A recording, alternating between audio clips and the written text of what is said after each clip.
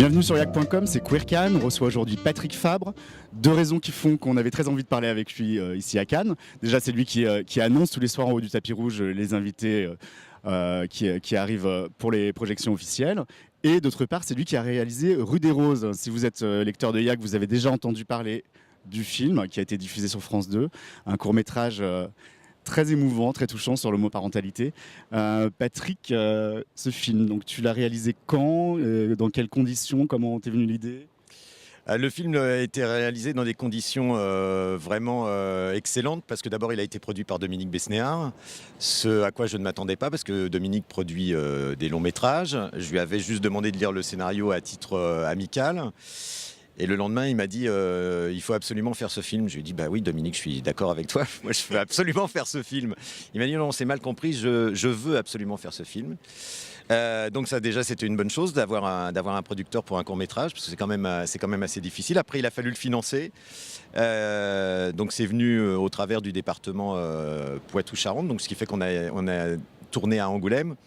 Et puis surtout France 2 a acheté le film sur scénario. Donc ça, c'était la belle surprise. Merci Christophe Taudière, qui fait un travail formidable sur le court-métrage depuis des années. Il y a des années de ça, il a aidé Christophe Honoré à démarrer. Donc c'est quand même, voilà, T'as été plutôt bien entouré, on va dire, sur ce projet. Oui, absolument. Ouais, très très bien entouré. Et puis voilà, le tournage s'est super bien passé. J'ai repris Philippe Bas, qui donc est dans la série Profilage sur TF1, avec qui j'avais déjà fait mon premier court-métrage, où il jouait déjà ce même personnage, cette espèce de double de moi.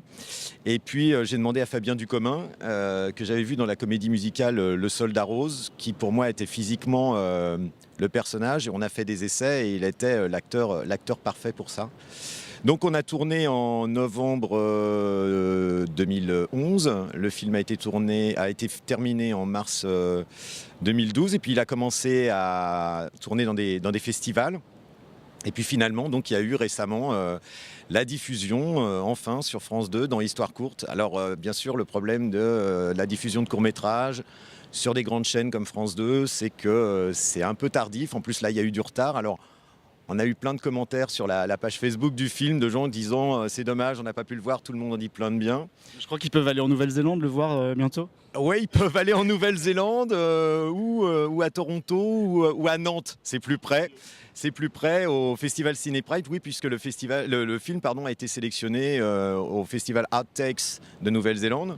Donc ça, c'est quand même c'est un sentiment assez incroyable qu'un film qu'on écrit à deux Et assez personnel. et qui est personnel, ouais, tout d'un coup, qui commence à faire le tour du monde. C'est un sentiment assez insensé de se dire qu'il y a des gens. Parce que généralement, quand le film est invité dans un festival, on essaye d'y aller pour voir les réactions des gens, pour parler avec eux, parce que c'est bien de partager.